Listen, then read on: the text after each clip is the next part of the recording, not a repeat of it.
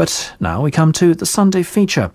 This week, the poet and critic Jeff Ward, Professor of Literature at the University of Dundee and visiting fellow at Miskatonic University, delves into the life and work of a man many believe the 20th century's greatest horror writer in Weird Tales, The Strange Life of H.P. Lovecraft. The most merciful thing in the world, I think, is the inability of the human mind to correlate all its contents. We live on a placid island of ignorance in the midst of black seas of infinity, and it was not meant that we should voyage far. Most horror traditionally has been essentially a ghost train ride. You climb onto the ghost train, you head off into the darkness where the horror is waiting, and at the end of the story you bounce out back into the daylight, the monsters are defeated, things were hard, but you're okay. Lovecraft doesn't offer that. You don't get off the ghost train. The sciences, each straining in its own direction, have hitherto harmed us little. But someday the piecing together of dissociated knowledge will open up such terrifying vistas of reality, and our own frightful position therein, that we shall either go mad from the revelation or flee from the deadly light into the peace and safety of a new dark age. He goes one step farther than a lot of other fantasy writing. He does not merely say that there are strange and terrible things out there, but this is in fact the structure of the universe. H.P. Lovecraft never had a book published commercially in his lifetime. He placed his short stories almost exclusively, if that's the right word, in luridly covered pulp horror and fantasy magazines of the 1920s and 30s. In particular, the first and most famous magazine devoted to fantastic fiction, Weird Tales. He died in near poverty and was once contemptuously dismissed by the critic Edmund Wilson as a hack. And yet, since his early death in 1937, something remarkable has happened. Slowly but surely, the posthumous collections became bestsellers, championed by the likes of Stephen King, who has hailed him as the most important exponent of weird fiction since Edgar Allan Poe. Lovecraft has been reprinted by Penguin Classics, and recently received the supreme accolade, publication by the prestigious Library of America, where the volume called Tales stands alongside such giants of high American literature as Hawthorne, Melville, and Henry James. And, of course, Poe. Like many readers, I first encountered Lovecraft in early adolescence. His Tales of the Dark Side wreaked a highly satisfying revenge on a grown-up world that looked by turns boring and frightening, and his emphasis on mysterious secret lore and forbidden knowledge gave his work a kind of underground cachet.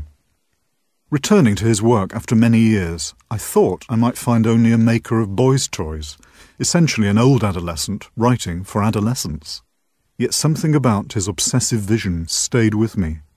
And the tales, to my surprise, were well written, in a style which, though it has had many followers and parodists, remains Lovecraft's alone. As a stylist, he is remarkably easy and remarkably pleasant, I have to say, to parody. The British fantasy writer Neil Gaiman is among many contemporary writers inspired by Lovecraft and his language. It's very easy to start listing your favourite Lovecraftian words. Mine are definitely eldritch. It had been an eldritch thing. There are word ticks that he uses. There's this sort of strange clotted adjectival froth that will sit on the top of a story. So little is known of what went on beneath the surface. So little, yet such a ghastly festering as it bubbles up putrescently in occasional ghoulish glimpses. Gibbous. Things keep happening under gibbous moons. Gibbous actually just means the moon is nearly full. Batrachian. There's a good Lovecraftian word for you, and it actually means frog-like. And inside that rusted iron straitjacket lurked gibbering hideousness, perversion, and diabolism. Here, truly, was the apotheosis of the unnameable. My favorite thing about Lovecraft is the lengths that he goes to explain to you that he cannot tell you how bad something is. Kelly Link is one of the most important new writers in American fiction. Her work crosses boundaries between science fiction, horror, and mainstream. The fact that he brings you up to the threshold or the brink and then stops is infinitely scarier than horror that sort of shows you everything. You know you're in a Lovecraft story within a sentence. He parodies terribly easily, but I think you can only parody really easily if you are a genuine stylist and if you are unique. Howard Phillips Lovecraft was born in 1890 in Providence, Rhode Island, where the architecture of the colonial period was matched by his family's Anglophile nostalgia for pre-revolutionary America. From the beginning, horrors in his home life helped shape his shadowy vocation. The Lovecraft editor and biographer, S.T. Joshi. We don't know a great deal about his father. It appears he grew up in the area of Rochester, New York. Eventually he became what is called a commercial traveler. At some point he was in Chicago on a business trip and apparently basically went insane. Had a nervous breakdown, was brought back and spent the rest of his life up till the summer of 1898 in Butler Hospital, which is a mental hospital in Providence. We now know or suspect that he had syphilis.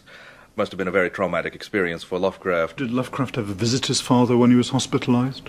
Lovecraft himself claimed that he never did so. In fact, Lovecraft apparently believed that his father was paralyzed or otherwise incapacitated, and I believe that his family told him this as an excuse not to visit him in the hospital.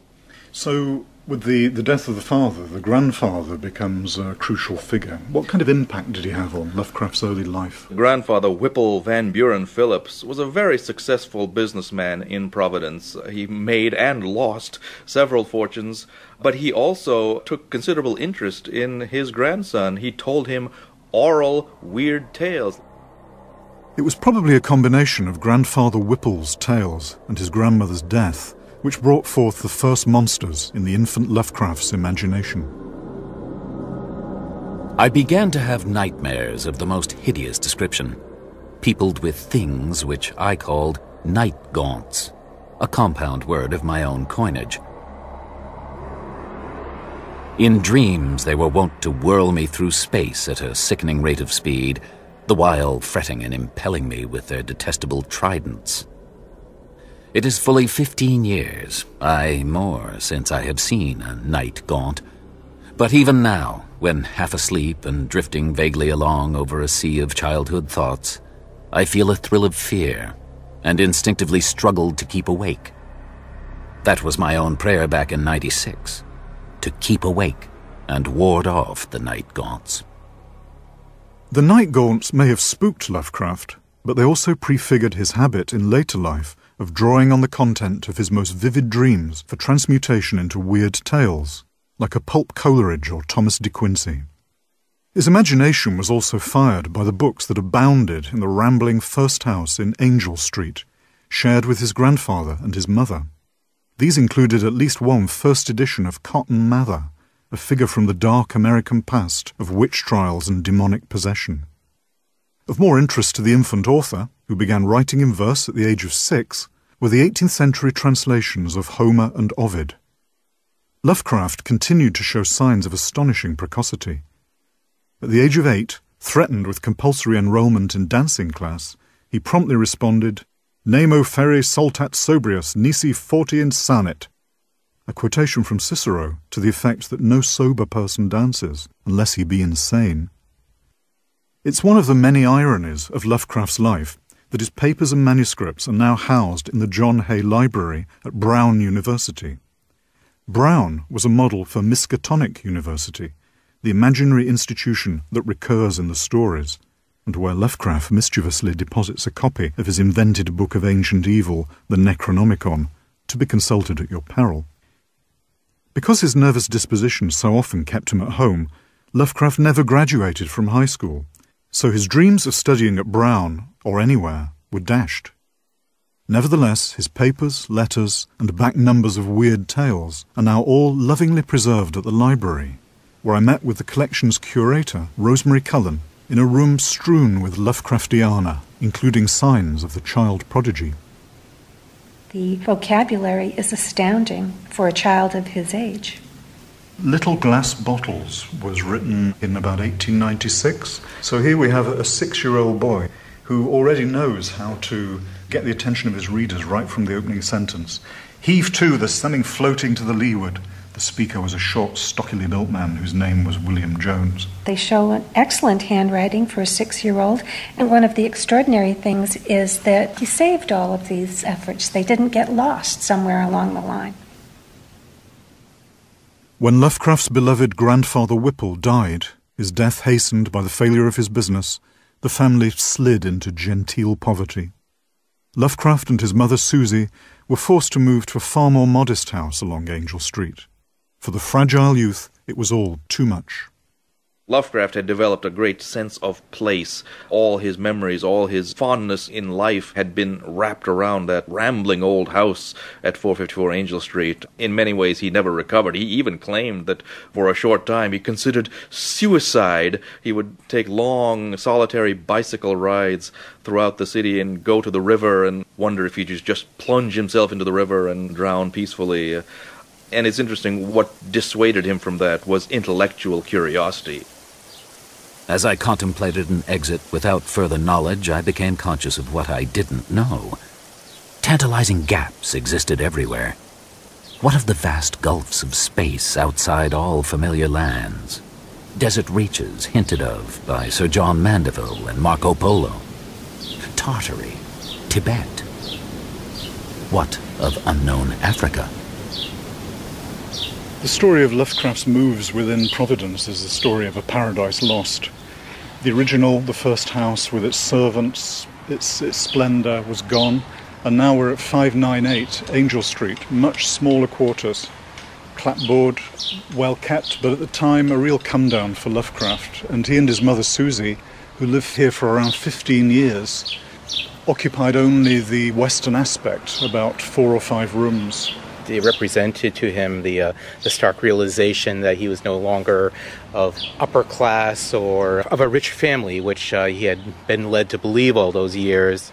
Mark Michaud, whose publishing house, Necronomicon Press, is one of several independent presses dedicated to Lovecraft. The harsh reality of fending for yourself with a mother who quite possibly had been showing signs of insanity already when, first moving here, it was quite a shock to him. It's tragic, isn't it, that both parents died insane? I'm not a doctor, but it would not be a far stretch to say that she may have suffered from syphilis also, because that would explain the insanity in both of them. I mean, we don't even know how often Lovecraft would have gone to visit her when she landed in Butler finally.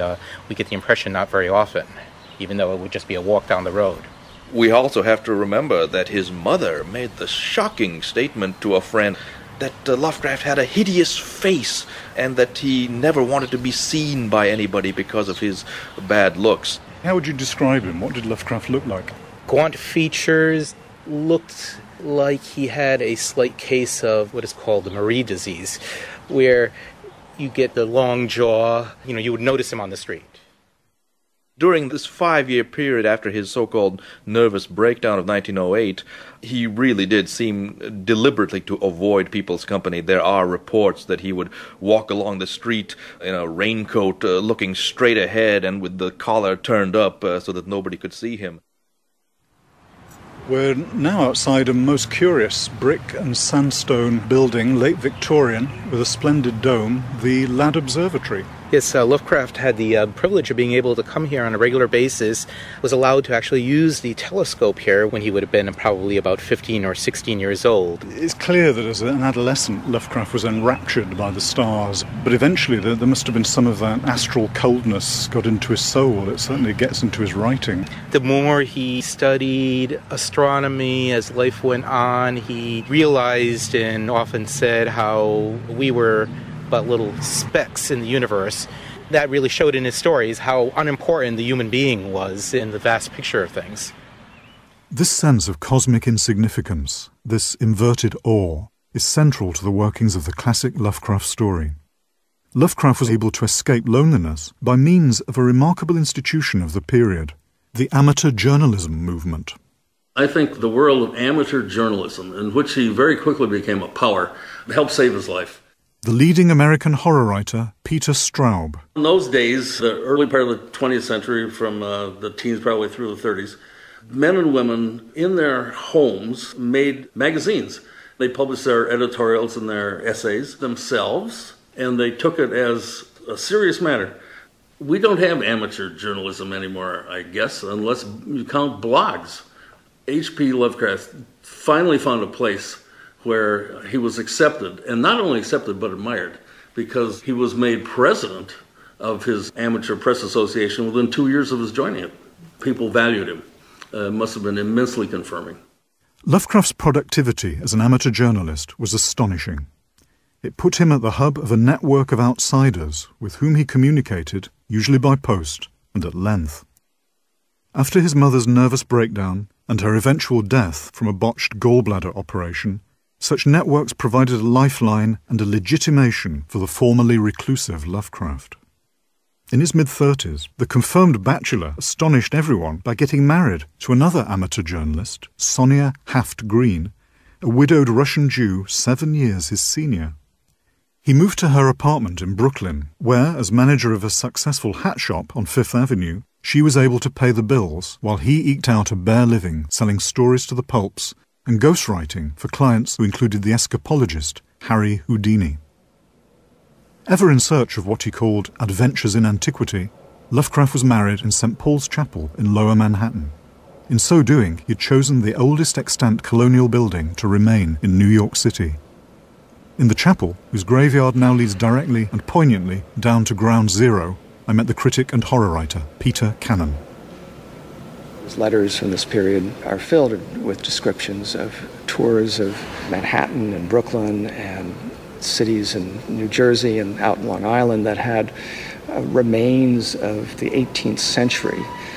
America, much as it is a new country, there were still in New York City a few survivals of that older time that he looked back to with such nostalgia and fondness.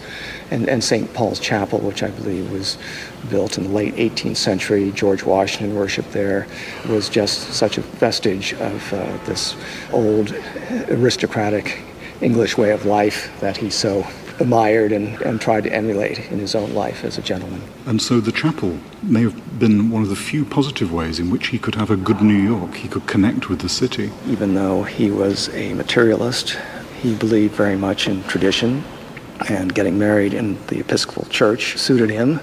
Right after they were married, they went off on their honeymoon to Philadelphia and spent most of the honeymoon trying to resurrect a manuscript of a story that Lovecraft had lost in the train station. And as his wife Sonia said, during the honeymoon, with all that work on the manuscript, they had very little time to honeymoon. Lovecraft's foreshortened honeymoon did not augur well for his marriage. But this had hardly been a courtship along the usual lines. Sonia would later state, loyally, that Howard had been an adequately excellent lover, but she was invariably the one to initiate sexual contact. After their first kiss, he actually blushed and admitted that this was his first kiss since childhood. And in a memoir written years later, Sonia wrote that he was never able to say the word love to her. When Sonia left her job to start her own business, Lovecraft's childhood experience of a fall from gentility to poverty seemed doomed to repeat itself. Lovecraft sought relief from the pressures of both marriage and job-seeking with the writers, all male, who became known as the K-Lump Club, named after their initials. He would sometimes spend all night leading them in nocturnal rambles, hunting out the increasingly rare antique buildings and hidden courtyards of modern New York. This is the Dutch Reformed Church in Flatbush in Brooklyn. It's only a few blocks from where his future wife... The Lovecraft scholar and publisher, Derek Hussey. And in 1922, Lovecraft came to this church with his friend Reinhard Kleiner. And exploring in this old graveyard in back, Lovecraft was moved to chip away a piece of a tombstone here. And a week later he wrote to his Aunt Lillian, "From one of the crumbling gravestones, dated 1747, I chipped away a small piece to carry away. It lies before me as I write, and ought to suggest some sort of a horror story. I must some night place it beneath my pillow as I sleep. Who can say what thing might not come out of the centuried earth to exact vengeance for his desecrated tomb?" And what was the story that Lovecraft wrote about this experience? In fact, the story is called The Hound, and it details the exploits of a man and his friend St. John, who was obviously intended to be Kleiner, who come to this graveyard and do in fact exhume a coffin from which they remove an amulet, and the occupant of the grave hunts them down, kills St. John, and retrieves his amulet, and the Lovecraftian narrator comes back to the graveyard and digs again and finds the renovant back in his grave, covered in the blood of his friend and bearing the amulet which he had retrieved. Madness closes in. I can recall the scene in these final moments. The pale autumnal moon over the graves, casting long, horrible shadows. The grotesque trees, drooping sullenly to meet the neglected grass and the crumbling slabs. The vast legions of strangely colossal bats that flew against the moon. The antique ivied church, pointing a huge spectral finger at the livid sky. The phosphorescent insects that danced like death fires under the yews in a distant corner. The odors of mold, vegetation, and less explicable things that mingled feebly with the night wind from over the far swamps and seas. And worst of all, the faint, deep-toned baying of some gigantic hound, which we could neither see nor definitely place. We've just walked from the apartment block in Parkside in the Flatbush area of Brooklyn, where Lovecraft lived with his wife Sonia for around 9 months in 1924. However, circumstances led Lovecraft to a move to 169 Clinton Street, a much less salubrious area. A house of early Victorian date with white classic woodwork and tall windows with panelled seats. So Lovecraft wrote in his diary for 1925. His fortunes were continually decreasing. He was unable to find steady work as a writer or even as a ghostwriter, revisionist.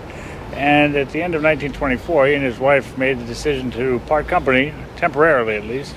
Sonia out to Cincinnati, Ohio, and Lovecraft to more modest surroundings here on Clinton Street, where the rent was $40 a month. This neighborhood was going downhill. He was unaware that there were a lot of immigrants and Syrians and different types of nationalities living around here, which he really was not too keen on. Red Hook is a maze of hybrid squalor near the ancient waterfront opposite Governor's Island. The population is a hopeless tangle and enigma. Syrian, Spanish, Italian, and Negro elements impinging on one another, and fragments of Scandinavian and American belts lying not far distant. It is a babel of sound and filth, and sends out strange cries to answer the lapping of oily waves at its grimy piers and the monstrous organ litanies of the harbor whistles. Here, long ago, a brighter picture dwelt, with clear-eyed mariners on the lower streets and homes of taste and substance where the larger houses line the hill. From this tangle of material and spiritual putrescence, the blasphemies of 100 dialects assail the sky. In the story, there's a lot of emphasis on underground wharves, on secret ways of getting into the country. And so the divisions between land and water are somehow blurred or cosmically messed up. All kinds of horrible creatures seem to be making their way in. Yes, I think you could almost view it as a sort of a reverse Ellis Island, where Ellis Island is often seen as a shining beacon.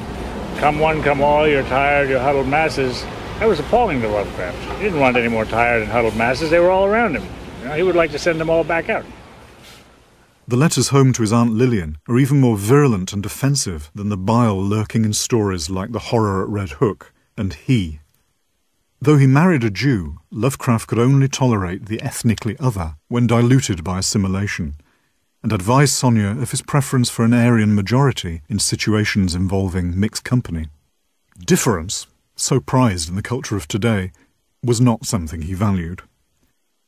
Indeed, his literary monsters and nightmares articulate the deepest abhorrence of it. I think their predominant color was grayish-green, though they had white bellies. They were mostly shiny and slippery, but the ridges of their backs were scaly, I look at The Shadow over Innsmouth, in which these dreadful creatures from the sea, fish frogs as he calls them, end up mating with the local townspeople of a small New England town called Innsmouth and producing even worse hybrids. Their forms vaguely suggested the anthropoid, while their heads were the heads of fish, with prodigious bulging eyes that never closed. At the sides of their necks were palpitating gills, and their long paws were webbed. I was somehow glad that they had no more than 4 limbs. Their croaking, baying voices, clearly used for articulate speech, held all the dark shades of expression which their staring faces lacked. It's hard to see this as anything other than Lovecraft's warning of miscegenation, of the mixing of races. Given all this, how far did his vocation as a horror writer allow him to transmute repulsion into something powerful and engaging? When you look at the things underneath the typical Lovecraft story, they're actually pretty disturbing. Kelly Link. There's a lot of negative feeling towards foreigners, strangers, with a lot of horror. When you look at the stuff underneath it, it's actually quite unpleasant, and it stems from a lot of different kinds of prejudice, and that's useful stuff to mine for horror, but I think some of the reasons why horror is appealing to people are not particularly settling reasons when you think about them. Even horror today, when I write stuff which sticks closer to traditional horror, if I look at the stuff underneath it, it's not terribly pleasant. The marriage to Sonia inevitably ended. Lovecraft was desperate to get back to Providence, or at least to its atmosphere and architecture, not its population. As a letter to Aunt Lillian begging her to let him come home gives evidence, Lovecraft's alienated imagination worked like a neutron bomb, saving buildings but removing people. It may be taken as axiomatic that the people of a place matter absolutely nothing to me, except as components of a general landscape and scenery. My life lies not among people, but among scenes. My local affections are not personal, but topographical and architectural. I am always an outsider, but outsiders have their sentimental preferences for visual environment. I will be dogmatic only to the extent of saying that it is New England I must have, in some form or other. Providence is part of me. I am Providence.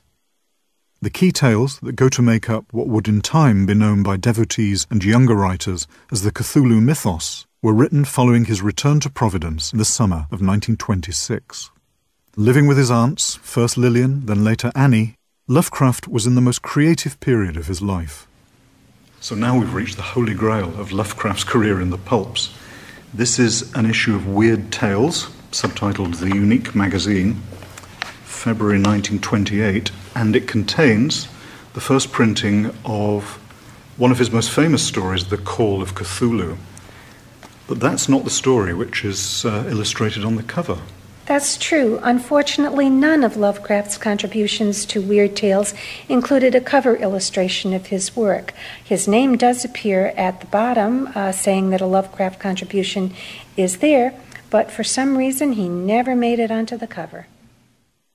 It's very symptomatic that that story was rejected when it was first submitted to Weird Tales. I think the editor, Farnsworth Rice, simply couldn't understand it. It was too advanced, too unusual, and so Lovecraft, about a year later, had to resubmit the story and accompanied it with a letter, one of the most fascinating letters he ever wrote, explaining what he was trying to do, emphasizing the fact that this story really incorporates his cosmic philosophy more concentratedly than anything he had done before. So what's really new about this story? Well, let us remember that Lovecraft was an atheist. He grew up as a Baptist, but by the age of 12 he declared himself a complete atheist.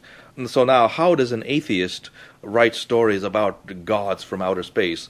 Well, it becomes clear that these are not really gods. They are simply extraterrestrials who have come from the depths of space and by a series of accidents wound up in the human sphere. And they are regarded as gods and worshipped as gods by the human beings who hope to benefit from their eventual takeover of the earth. But quite frankly, these entities have as little concern with human beings as we would for a colony of ants. And so this cosmic vision is something really new to literature. Turning the pages, there is an illustration at the head of the story, The Call of Cthulhu, and a little quote, "The ring of worshippers moved in endless bacchanal between the ring of bodies and the ring of fire," and lots of naked bodies undulating in a suggestive but rather badly drawn way. The story, The Call of Cthulhu, has an extraordinary sweep all around the world. Poets and artists are dreaming this strange image of Cthulhu. It rises up in the collective unconscious. And one of the hotspots where it breaks out is in the mind of Wilcox, a decadent Providence artist. Also, the narrator of The Call of Cthulhu is going through the papers of his grand uncle, George Gamble Angel, and he finds in a mysterious locked box a bas-relief, a rough rectangle less than an inch thick and about 5 by 6 inches in area, obviously of modern origin. Its designs, however, were far from modern in atmosphere and suggestion. Above these apparent hieroglyphics was a figure of evidently pictorial intent, though its impressionistic execution forbade a very clear idea of its nature. It seemed to be a sort of monster, or symbol representing a monster, of a form which only a diseased fancy could conceive. If I say that my somewhat extravagant imagination yielded simultaneous pictures of an octopus, a dragon, and a human caricature, I shall not be unfaithful to the spirit of the thing. A pulpy, tentacled head surmounted a grotesque and scaly body with rudimentary wings. But it was the general outline of the whole which made it most shockingly frightful. Here at the John Hay Library we have a doodle, let's say, of Cthulhu drawn by Lovecraft and sent to his friend Robert Barlow. And here you see the nasty tentacles, the nasty scaly body, and the rudimentary nasty wings. It's in profile, and it's clearly a representation of the text that has just been read to us. Up until the teens and the 20s, there is a certain sort of stock of essentially folkloric figures from which horror draws. And you have the vampire, and you have the werewolf, and you have the goblin, and you have the ghost. The British fantasy writer and editor of Lovecraft's At the Mountains of Madness, China Mieville. There's certain relatively stock figures. But with the First World War, everything changes. And these stock figures are simply no longer up to the job, because the whole point is everything is bleak and new. And you see in the monsters he creates things that have absolutely no cognates with what's gone before. In many cases, they're described as indescribable. Corpses and flies and octopuses. There's an explosion of tentacles in Lovecraft. Lovecraft is the high priest of the tentacle.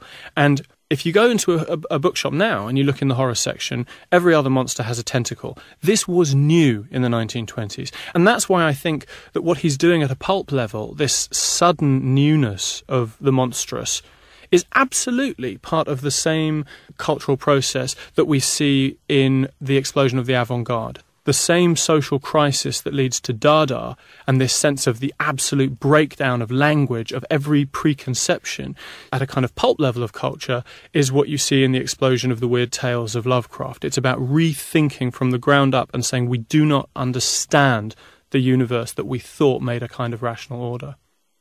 Lovecraft began to make confident use of real places as an anchor to his own fantastic fiction. He became adept at plumbing the colonial era, its history and architecture, to help make the unreal real to his readers. His engagement with Edgar Allan Poe also deepens at this stage. In The Shunned House, a story written in New York but set in Providence, a stroll along Benefit Street, known as the finest mile of colonial architecture in the United States, allowed Lovecraft to engage with his greatest predecessor. Poe generally stopped at the Mansion House in Benefit Street, and his favorite walk led northward along the same street to Mrs. Whitman's home and the neighboring hillside church of St. John's, whose hidden expanse of 18th century gravestones had to him a peculiar fascination. Now the irony is this. In this walk, so many times repeated, the world's master of the terrible and the bizarre was obliged to pass a particular house on the eastern side of the street, a dingy, antiquated structure perched on an abruptly rising side hill, with a great unkempt yard dating from a time when the region was open country. It does not appear that he ever wrote or spoke of it, nor is there any evidence that he even noticed it. And yet that house, to the two persons in possession of certain information, equals or outranks in horror the wildest fantasy of the genius who so often passed it unknowingly, and stands starkly leering as a symbol of all that is unutterably hideous. I think that there was a little rivalry between Lovecraft and his deceased predecessor. The science fiction writer and Providence resident, Paul de Filippo. Lovecraft was not immune to that sense of trying to one-up his literary predecessors. This is the house in Benefit Street, which gave Lovecraft the title for one of his most crucial transitional stories, The Shunned House. We think we're in Gothic horror land. It starts with stories of werewolves and vampires, but ends with science fiction. The notion that current-day structures could sit atop more ancient manifestations of cosmic phenomena, I think, is a classic Lovecraft motif. You dig down as deep as the Huguenots, and there's more. You think you're at the basement, the metaphysical basement, but you're not. You need to dig even deeper. How important is it that the monster is destroyed, not with a stake through the heart, but H2SO4, sulfuric acid? Typical of the time, I think, is that writers had a sense that the old stake through the heart was no longer sufficient, that there had to be new methods. It turns out that the narrator in the Shunned House has really literally only scratched the surface. He sees a weird shape in the cellar, which, when he finally uncovers it, turns out to be the elbow of a really enormous monster. Suddenly, my spade struck something softer than earth. I shuddered and made a motion as if to climb out of the hole, which was not as deep as my neck. Then courage returned, and I scraped away more dirt in the light of the electric torch I had provided. The surface I uncovered was fishy and glassy, a kind of semi-putrid congealed jelly with suggestions of translucency. Still more I scraped, and then abruptly I leaped out of the hole and away from the filthy thing, frantically unstopping and tilting the heavy carboys and precipitating their corrosive contents one after another down that charnel gulf and upon the unthinkable abnormality whose titan elbow I had seen.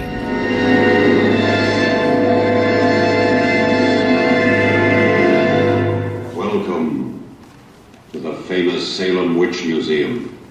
We are going to show you the witchcraft trials which took place in Salem Village in 1692.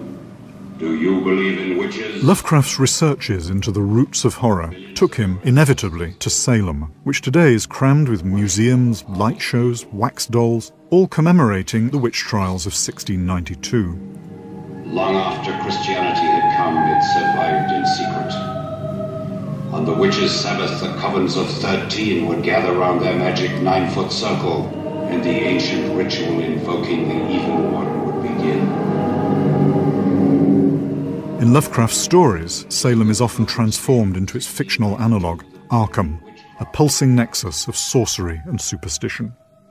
An enthusiast for the culture of wit associated with the 18th century, Lovecraft viewed the Puritan obsession with sin as coming from a benighted age. As a native of Rhode Island, which had been founded in repudiation of the repressions exhibited by the Puritans of neighbouring Massachusetts, Lovecraft speaks to an abiding, horrified fascination with the hysteria that broke out in 1692. At the Witch House in Salem, a period building used during the trials and the inspiration for Lovecraft's tale Dreams in the Witch House, I met Bob Martin, a Lovecraft scholar who has devotedly mapped out the real and the imaginary places of Lovecraft's New England. The protagonist of Dreams in the Witch House, Gilman, is pictured as stuck in the attic right at the top of the house, a place of crazy angles. He's in the garret. He's right under the roof. There are no straight walls beside him except for the gable end. He dreams a sequence of dreams, and some of them begin in a rather Gothic genre, but by the end of the story we're into the fourth dimension. We're talking about things that seem to dip in and out of space and time. What he took from science was a series of articles that ran all over the Western world about this scientist an Englishman who had found a way to describe the fourth dimension and fourth dimensional space. And he said, well, it looked like balls of popcorn. And when you read Lovecraft's story, you'll find that the witch and her little familiar brown Jenkin lead Gilman out of his house and into the fourth dimension, one of them looking like a ball of popcorn, only Lovecraft's term is a congerie of bubbles. Two of the less irrelevantly moving things, a rather large congeries of iridescent prolately spheroidal bubbles, and a very much smaller polyhedron of unknown colors and rapidly shifting surface angles, seemed to take notice of him and follow him about, or float ahead as he changed position among the Titan prisms, labyrinths, cube and plane clusters, and quasi-buildings. And all the while, the vague shrieking and roaring waxed louder and louder, as if approaching some monstrous climax of utterly unendurable intensity. This has to be one of the most emotive sights in American history. It's the room, in fact the bedroom, where Rebecca Nurse, old, sick, deaf, and completely innocent of any wrongdoing, was literally seized from her bed, dragged downstairs, taken to Salem, first arrested, then interrogated, and finally hanged for the crime of witchcraft. Rebecca Nurse was one of the central figures in the great drama, the great hysteria of the witch trials period of 1692. All roads for Lovecraft lead back to this place, because this is where America went wrong. This is where something toxic spread out. But it's an ambiguous darkness. It's still not solved, it's still not quite resolved what role hysteria, what role envy had to play in this unfolding drama of accusation and counter-accusation. And it leaves a dark cloud which festers in American history and American culture, in which darkness Lovecraft is able to draw the sustenance for the tales of the perverse, which he's weaving as a horror writer and a science fiction writer in the beginning of the 20th century. Back in Providence and living with his aunt, Lovecraft was writing work that was both forward-thinking and innovative, taking weird fiction into new science-fictional realms. At the same time, he was also acutely sensitive to the Puritan past and to the origins of American horror. But he was also writing against the clock. He put off visits to the doctor, and his intestinal cancer, probably a result of the bad diet he always had, went undetected until it was too late to treat. He had changed a lot by this stage, even embracing a form of New Deal socialism. He came to favour the redistribution of wealth, though one based on the benevolent dictatorship of an intelligentsia. But there was precious little wealth to be distributed in his own direction. Lovecraft regarded his poverty as a kind of a game, at least that's what he says. It was almost as if it was like a contest to see how little he could spend on food and still manage to get by. I have to believe that part of the reason why he didn't go to a hospital till the very, very end was that he simply couldn't afford to do so. He had no medical insurance, and they simply didn't have the funds for a long hospital stay. It is not clear what would have happened to him had he lived. They had simply run out of money. With a melancholy timeliness, his cancer killed him in 1937, just at the moment that his dwindling funds were themselves about to expire. It was his readers, many of them fellow writers and disciples, such as the founder of Arkham House Press, August Derleth, who kept the cult alive and Lovecraft in print. The strange world of his tales would extend a hospitable welcome to younger writers such as Robert Bloch, author of Psycho, and science fiction luminaries like Ray Bradbury. After posthumously selling millions of books, Lovecraft now has the accolade of being properly edited as a modern classic. There is some poignancy in the fact that someone from the demoniacal pulps should be canonized after his death. He was one of the greatest writers to emerge from the pulp magazines. In crime fiction, of course, there was Hammett and Chandler. He's the only writer of fantasy and horror to retain any sort of significance this long after his death. The real victory to me is that Edmund Wilson disparaged Lovecraft. He treated him with contempt and scorn.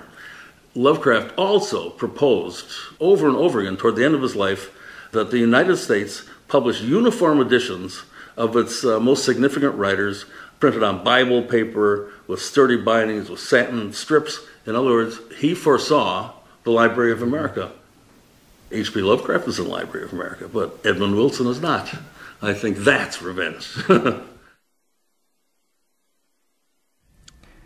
Weird Tales, The Strange Life of H.P. Lovecraft was presented by Jeff Ward. The reader was Jeff Harding.